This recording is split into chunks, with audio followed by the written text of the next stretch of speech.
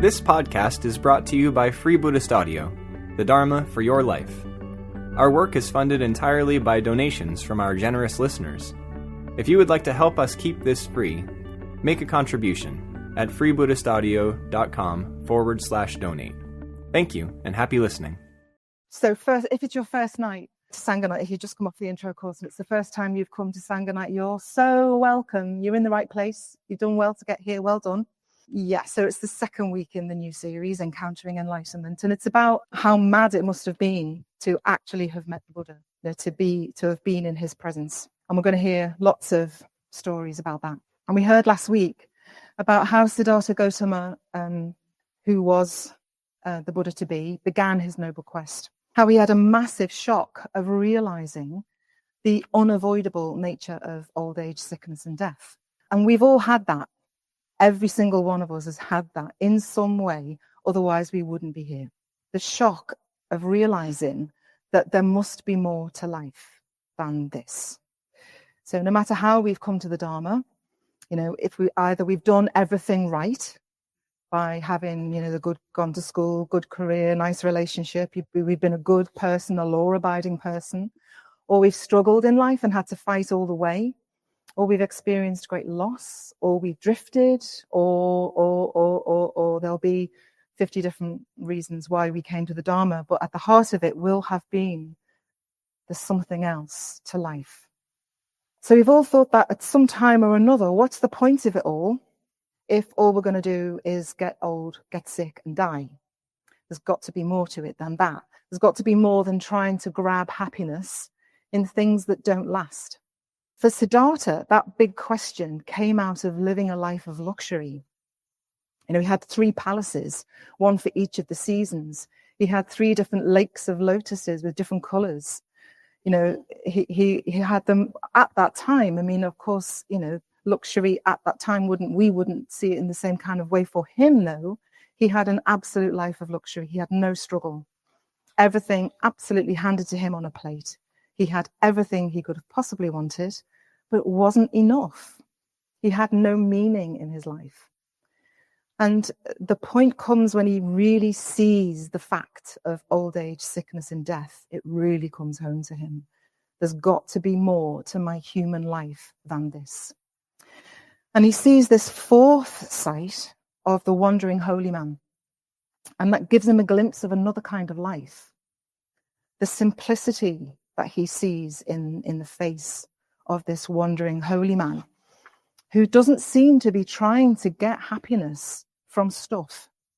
That really intrigues him, and it sets a fire, a light in him. He has this fire that sets in his being, and he leaves the palace in search of meaning, once and for all, in search of the answer to the question of what a human life is for. And it was the right time in history to be doing that. It was a time of religious and spiritual searching and experimentation and tolerance. And there was an abundance of religious approaches, no shortage of teachers for Siddhartha to learn from. So he goes to the edge of the forest, cuts off his hair, changes out of his princely clothes, takes all his jewelry off, takes all the beads out of his hair, puts them on the ground and exchanges them for rags, and goes off into the forest to look for a teacher. And he finds teachers. He asks to join their sanghas, and he's accepted in to learn from these teachers. And it turns out he's a fantastic meditator. You can imagine that, can't you? He's gifted, and he quickly understands and embodies the teachings, and he practices what he's taught, and he soon achieves everything that his teachers have achieved and more. These incredibly elevated states of mind, refined states of mind. And it's really clear that he's someone special. And the teachers even ask him to stay in the Sangha and lead their communities. And each time he knows, he's really grateful for what he's learned, but he knows he hasn't found the truth. He knows he hasn't found the answer to the question of suffering and the meaning of life. And he continues to search for many, many years. And along the way, he goes down some proper blind alleys And it's really hard to imagine Siddhartha getting it so wrong. You know, we kind of think of the Buddha as kind of Johnny Know-all, you know, he kind of knows everything. You know, he knows the answer to everything that you could possibly, but then he kind of got it completely catastrophically wrong. He practices the most horrific asceticism, physical and mental hardships, proper self-mortification. And this was kind of how they did it. The idea was that pleasure was a problem for the spiritual life because pleasure was associated with stimulating unskillful craving. And the aim at the time was to defeat the wish for pleasure. Going beyond pleasure in the body was a way to achieve freedom in the mind. And that's what they thought was the way. Everyone was doing it. So he becomes famous as the most severe ascetic practitioner. And later, when he talked about this period of his life, he said nobody was more severe than he was. He tortured his body with fire, starvation, holding his breath. The list just goes on and on of the things he did to himself to try and break through to the answer. He was completely emaciated. In the end, he was just eating a few grains of rice a day. He couldn't stand up. When he described what, to friends later, he said what he'd gone through. He did this on his hand and all his hair came out. His hair fell out. He said that when he touched his stomach, there was nothing underneath the skin on his stomach. So he felt immediately his spine. But he was, despite all the suffering, he was no nearer to finding the truth of the cause of suffering. No nearer to finding freedom in the mind. So when he was close to dying, he collapsed. He tried to stand up and couldn't, and collapsed and was close to death. And it just happened to be, you can imagine the kind of the coincidences that happened. There's a woman called Sanghagita just happened to be passing and gave him some rice milk. And he regained consciousness. And while he was in this state, he was still very woozy, obviously, and certainly not strong. But while he was, when he'd had the rice milk, he remembers something. And in this state, this kind of wooziness between life and death, he remembers an experience he'd had as a child that became famous as the rose apple tree experience. Such a beautiful image, isn't it? I don't know what a rose apple tree looks like, but I can imagine it's very beautiful. So his father, what you might consider to be a king of the Shakyan clan, kind of a king. And he was watching his father doing a ploughing ritual, a fertility ritual. So he was sitting, so he was a little boy, sitting under a tree in the shade on a hot day, but he was sitting under the tree in the shade in safety and ease and watching the rhythmic movements of his father going up and down with the plough.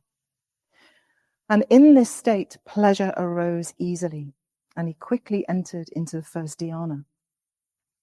And later on, he tells his friends, I thought, could that be the path to awakening? Then following on from that memory came the realization, that is the path to awakening. I thought, so why am I afraid of that pleasure that has nothing to do with sensuality, nothing to do with unskillful mental qualities? And I thought, I am no longer afraid of that pleasure that has nothing to do with sensuality, nothing to do with unskillful mental qualities. But that pleasure is not easy to achieve with a body so extremely emaciated. So he goes on to say, suppose I were to take some solid food, some rice and porridge. So I took some solid food, some rice and porridge. And the rest, as they say, is history. And in realizing that he had nothing to fear from pleasure, he understood and discovered what became known as the middle way. The middle way between luxury that he'd had as a young man growing up and the asceticism he'd practiced in his searching. So he discovered and realized the middle way. There's lots of other, you can talk about the middle way in different ways, but this is one of them. So he'd done both and got nowhere, luxury and asceticism. So he finds a beautiful spot underneath a huge tree near a river, and he sits down and takes his place on the diamond throne, the Vajrasana. So this description, it was just some grass. He made a cushion, he made a meditation cushion out of some grass, but actually became known as the seat. So the Vajrasana is like the seat of all the Buddhas who have ever gained enlightenment, like a hot seat to awakening. And it's the center of the universe. And of course, there can be many centers of the universe because there are many Buddhas. But when we sit to meditate, I'm going to suggest that when you sit down tonight to meditate, after the break, that you imagine that you're sitting on your kusala grass, on your cushion of grass, and you're sitting on the diamond throne, on the hot seat to awakening, and see what happens. So he says later to his friends, suppose I were to practice the noble search in this way, the middle way. And he says this amazing thing. He stands in front of the tree. He's got his cushion ready. And he says, let my skin, sinews, and bones remain. Let my flesh and blood dry up in my body. I shall not give up this seat until I have attained what can be attained by human strength, human energy, human persistence. So he knew he had to look after his physical body. And he'd found the way to what he thought this was the way. So externally, you could see, you might, if you were there kind of passing by, you might see quite a thin man sit down under a tree for quite a long time. Then he gets up and bows to the tree and then walks away. So, not externally, not much happens. Although there's a story that something did happen, which I'll tell you about after. But what went on internally, we can't really talk about in words. What he saw, and so Aloka has tried to, this is the image that you saw on the intro course, this image of Shakyamuni. He's tried really hard to give a sense of what happened under the Bodhi tree. What he saw, experienced, realized was that he saw through the mistake of separation, not in the way that other contemporary religions talked about it. He saw that what was believed at the time was not true, that we're not all one, that we don't have a fixed and unchanging self. There is no Atman, is the word for it, no fixed, unchanging essence in anything. But the truth he saw of pratitya samutpada, that the arising of every arising arises in dependence upon conditions and cease when those conditions no longer hold. And that's what he saw. So profound that only an enlightened mind can fully comprehend it. But let's go back, rewind, back to the story of what happened when he sat down. So you remember he's got his cushion, sits down under the tree. He makes his solemn vow that he's not going to move until he's seen through to the nature of suffering. So he sat down and he starts doing the mindfulness of breathing. Or maybe we could do that tonight, actually. Anyway, he starts doing the mindfulness of breathing. And before long, difficult mental states start to arise. Sound familiar? Yes. And in the stories he told about the arising of these states, he used myth and symbol as a way of engaging people who were to follow in his footsteps, because it was too hard to explain without a story. He needed a story to explain what happened when he was sitting under the tree, because it was just too hard. So he used myth and symbol to try and explain. And he talked about the emergence of these difficult, painful mental states as in terms of being attacked by Māra. So this was the villain that I talked about at the beginning. Māra is the great underminer. Anytime we experience a setback in our practice, or we doubt ourselves or our practice, we can see this in terms of an attack of Māra. It can be helpful. He's like a personification of everything that puts you off your practice.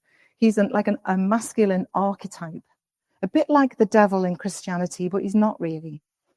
He comes in many guises and is sometimes called the Lord of Death. So when you see him in pictures, he can look lots of different ways. But he's more like a sneaky trickster. He's more like a devious lawyer or a dishonest salesman.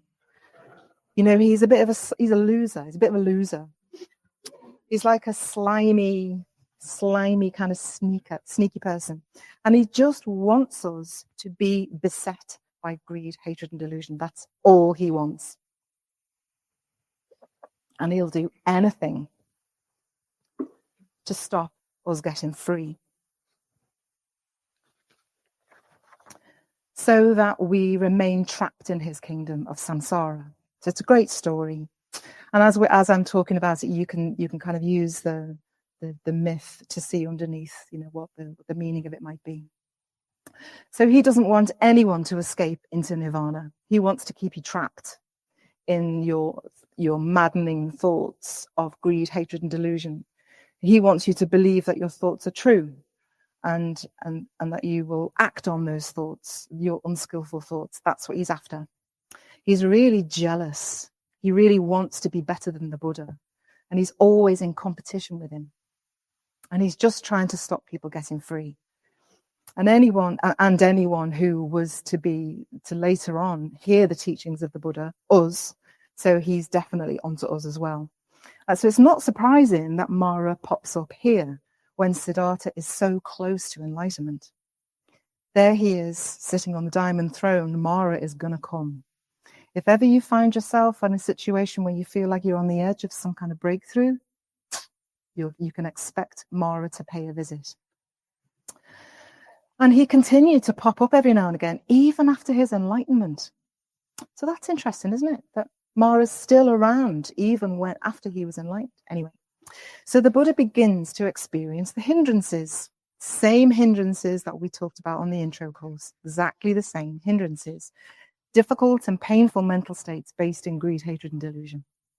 So later, he told his friends that he was being attacked by Māra. So Māra sends his beautiful daughters.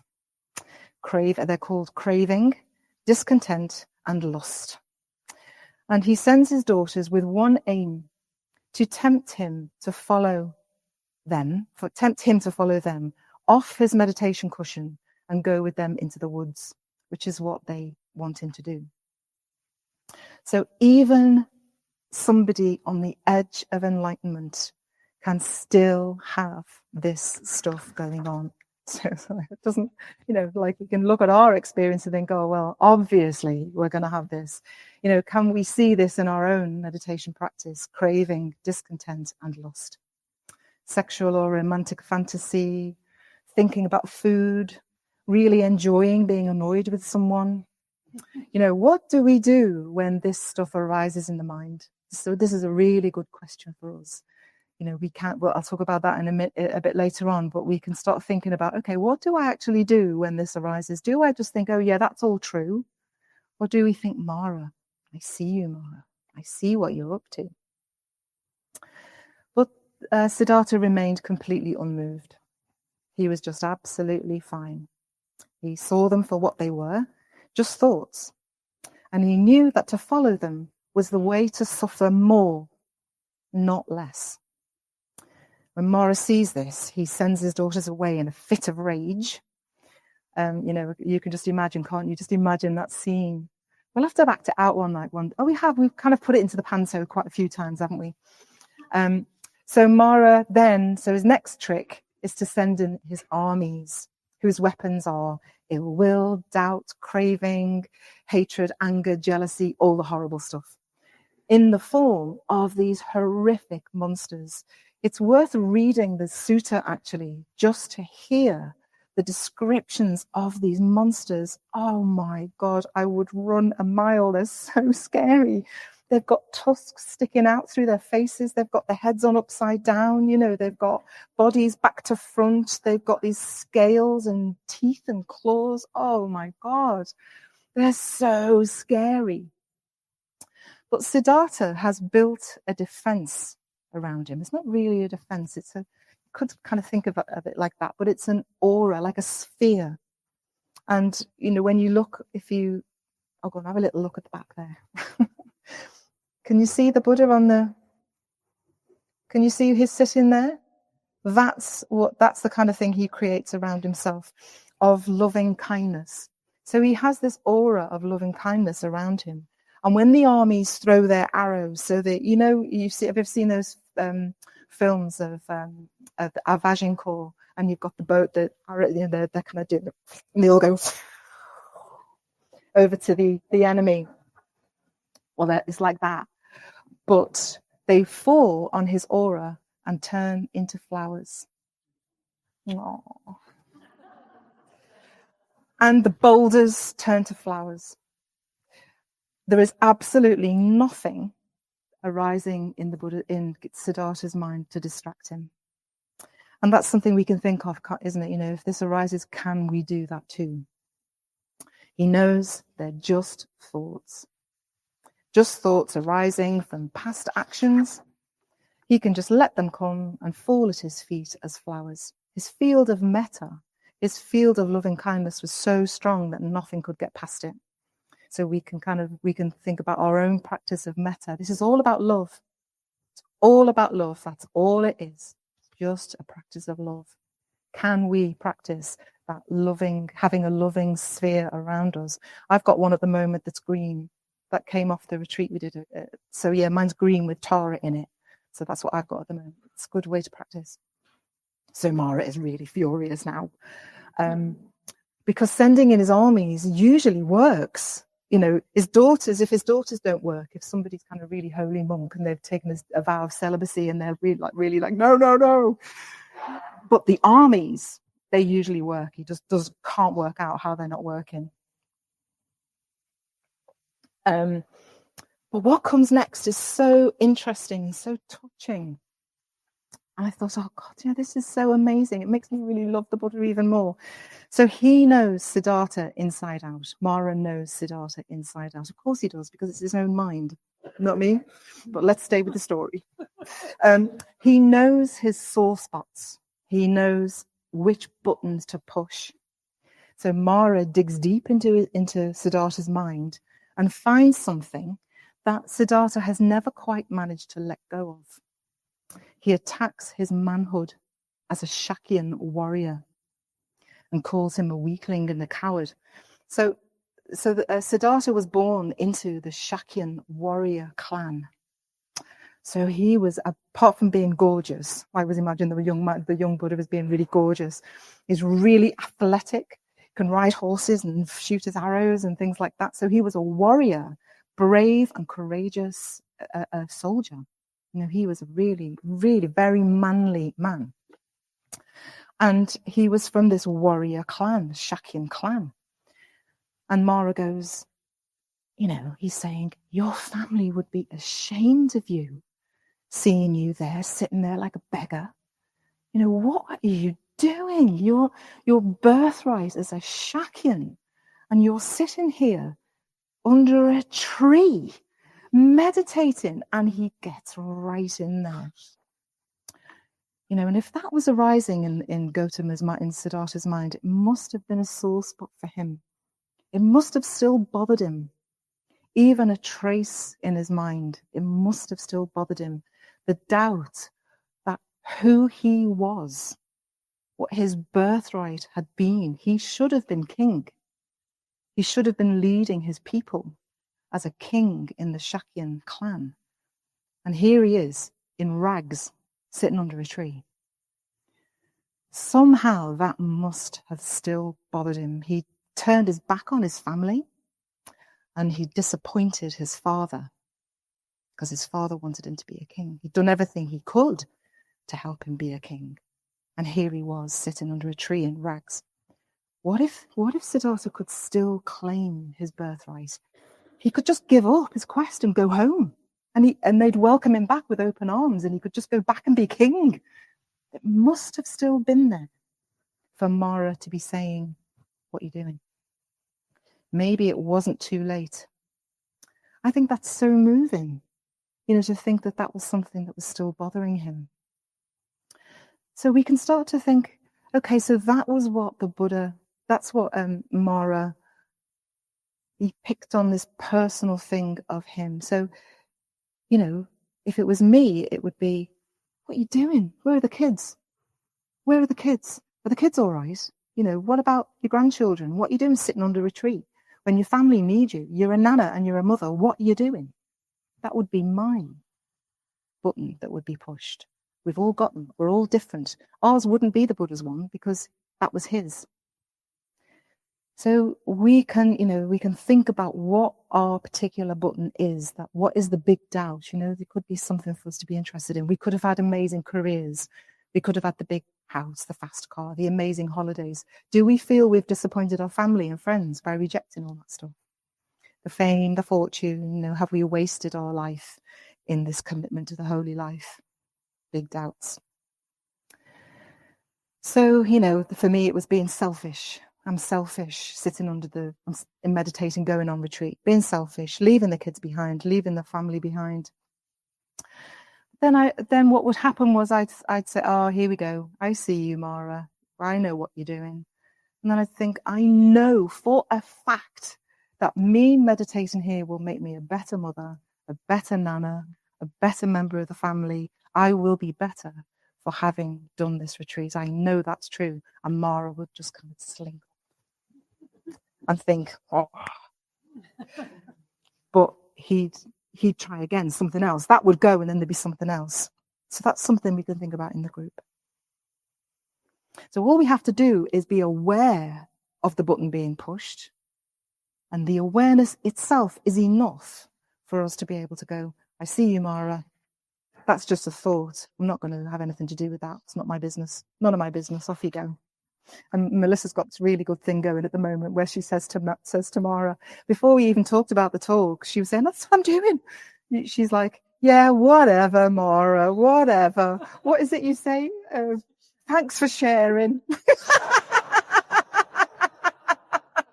It's so good, isn't it? Thanks for sharing. I'll just get back to my meditation. So good. Really, really good. So he's like, so that's what we can do. Thanks for sharing. Thanks, Melissa. So he's like, Arr! Māra's like, grr, grr. There's God. What else do I know about him? What else do I know about him? What else do I know that I can try and get in at? And he goes, oh.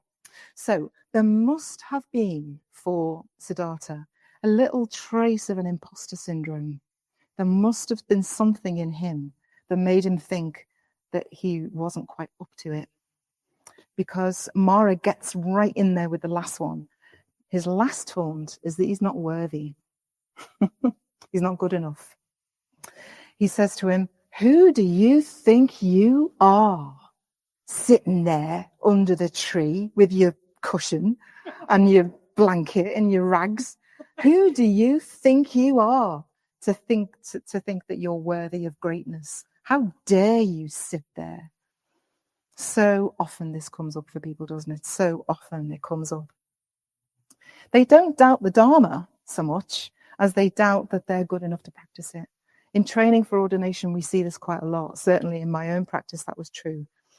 People, me, waiting for outside approval of what I was doing because I doubted my own capabilities. I needed other people to say, oh, yeah, you're doing really well.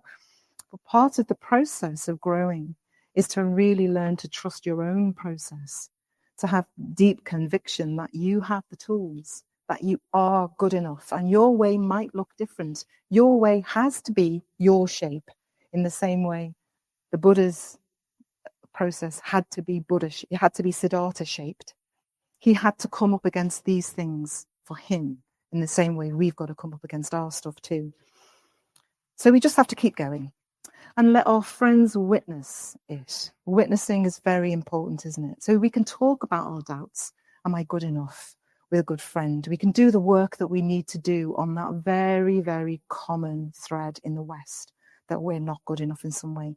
But in the end, we absolutely have to let go of everything. So this, who do you think you are? He doesn't have friends as a witness. He's completely on his own under the tree. He's gone forth and he's completely alone in the end. And his instinctive response is to touch the earth. So that's what he's doing here. This is the moment that the Buddha is being attacked by Māra, and Māra is saying, "Who do you think you are?" And the Buddha hasn't got his friends to say, well, he's really good. He's been practicing really well for years and years, and he's amazing. You know, he's really good. You know, he's somebody, if anybody's going to achieve enlightenment, it's him. He hasn't got anyone like that. There's just him and the tree and his cushion and Māra. So his instinctive, somehow he knows, and he just touches the earth. And that kind of symbol of supreme confidence in his own process and what he has done. And what happens then is the earth goddess arises. The goddess of the earth arises out of the ground and says, "I have witnessed him. I am his witness." The earth has witnessed him practicing for many, many thousands of years in different births. He has earned the right to sit on the diamond throne. And somehow he had the confidence that the earth would bear witness to his practice. And Māra has nothing left, and he slinks away. So how do we defeat Māra? He'll say anything to keep us trapped. And it won't necessarily be a critical voice, although it often is. It could be, "Wow, you're such a brilliant meditator," or something like that. "You're probably the best here. And that, you know, and you're much better than him over there or her over there. You're so good. Look how mindful you are. You know, look how great you are going around. Look how your meditation clothes waft in the wind so beautifully." You know, all of that. It's all about you. and there you are trapped in your thoughts in comparison. Or it could be, "Wow, you're such a terrible meditator." Again, all about you, and you're trapped. So in the groups, we'll be asking, what buttons would Māra find to push? And what would your response be? The simplest thing, the simplest response, "I see you, Māra." And then Māra will slink away. "I know what you're trying to do. I know what you're trying to do." This sarcastic, "Thanks for sharing, Māra." Off you go. Bob on. So yes, Māra slinks away. Siddhartha, the Buddha to be, he's touched the earth. And then what happens is the unfolding. In the next phase, we learn about the unfolding of the enlightenment experience throughout the night. In the first watch, he gains the knowledge of all his previous lives. In the second watch, he understands the law of karma and the complete cycle of death and rebirth for all beings. In the third watch, he realizes the Four Noble Truths, the path to the cessation of all suffering. He's found the answer. And he achieves perfect enlightenment, thus becoming the Buddha. And there's this sense of the 1,000 million worlds kind of responding to this moment.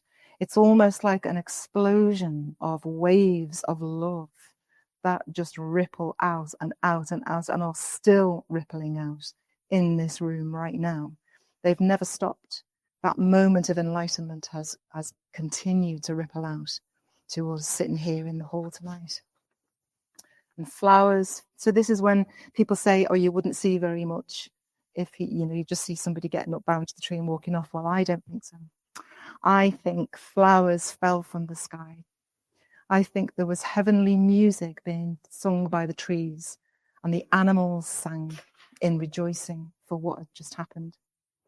And he broke through into something very, very different, transcending being a human being. And what does that even mean? There was no longer a separation between the Dharma, between the nature of reality and him. There was no longer a him. So I think Paranita is going to be talking next week about, or maybe not, about meeting somebody who says, "What are you? What are you?" It's like, "Are you an alien or something?" And the Buddha can't reply. He doesn't give an answer to any of the questions, because he does give an answer, but it's not one that anyone in the world had ever heard before. And for a long time, he wondered if it would even be possible to teach what he'd seen. He decided against it, actually. While he's sitting there with his hand on the ground, he decides against it. He's just like, oh no, it'd be really tiresome. He uses that word, tiresome, troublesome, because nobody would understand. How can he teach what he's just experienced? Nobody could possibly understand it. And then a powerful God begs him to reconsider that humankind would be lost if he didn't teach what he'd seen. And the newly awakened Buddha had a vision. A vision arose in his mind of human beings as lotuses, some of which were just on the verge of opening. And he thought, these human being lotuses are just on the verge of opening. Perhaps some human beings can be taught the Dharma.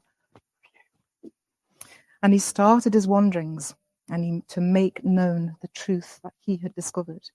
He had become a true fourth sight, a true refuge. And the people who encountered the Buddha were encountering reality itself.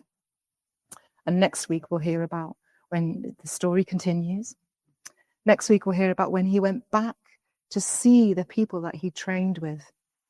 And we hear about the first rolling of the wheel of the Dharma. We hope you enjoyed this week's podcast. Please help us keep this free. Make a contribution at freebuddhistaudio.com/donate. And thank you.